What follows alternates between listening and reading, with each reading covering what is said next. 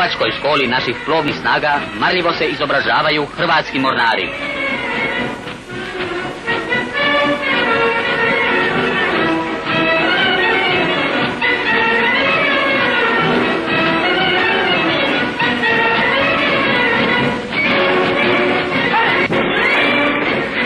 Počast zapovjedniku.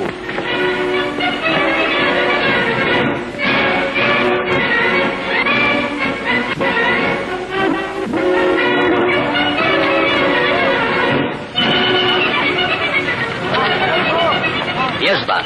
Izdavanje zapovjedi dojavljivaču.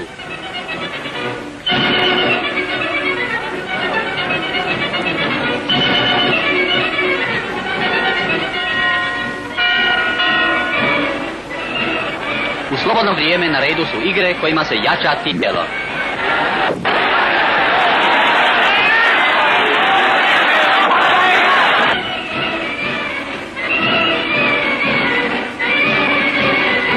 Hrvatskom mornaru njegova je zastava najveća svetinja.